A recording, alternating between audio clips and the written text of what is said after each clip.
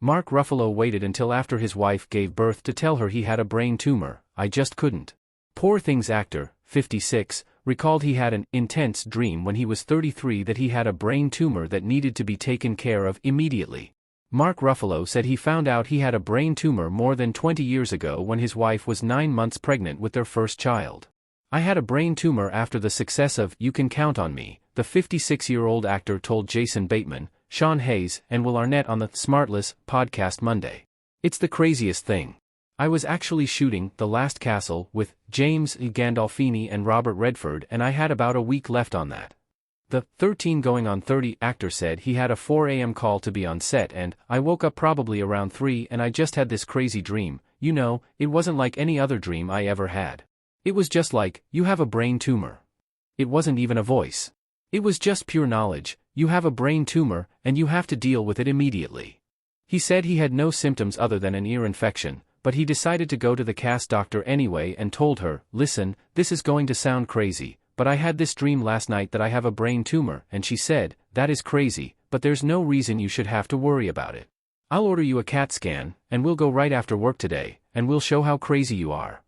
Ruffalo went to the neurologist's office to read the scan later, and the nurse calls the doctor out, and I could hear them talking in the other room, and she just comes in, and she's a zombie, and she says, you have a mass behind your left ear the size of a golf ball, and we don't know what it is.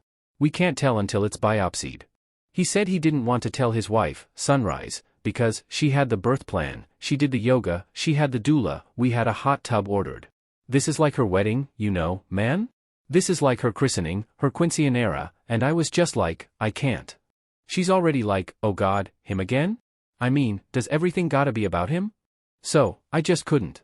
Ruffalo said a week after their baby was born, son Keen, now 22, he had to meet with the neurologist to decide what he was going to do. I hadn't told her until the night before, he said of his wife. When he finally told Coyne about the tumor, at first she thought I was joking, and then she just burst into tears and said, I always knew you were going to die young.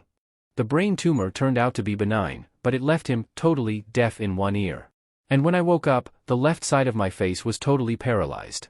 Like I couldn't even close my eye and was talking out of the side of my mouth, he explained, adding that the doctors had told him he had a 20% chance of nicking the nerve on the left side of my face and killing it, and then I had 70% chance of losing my hearing, which went. He said at that point he spoke to a higher power, saying, okay, I don't really believe in you, but take my hearing, let me keep the face and let me be the father to these kids. Ruffalo and Coyne also share Bella, 18, and Odette, 16.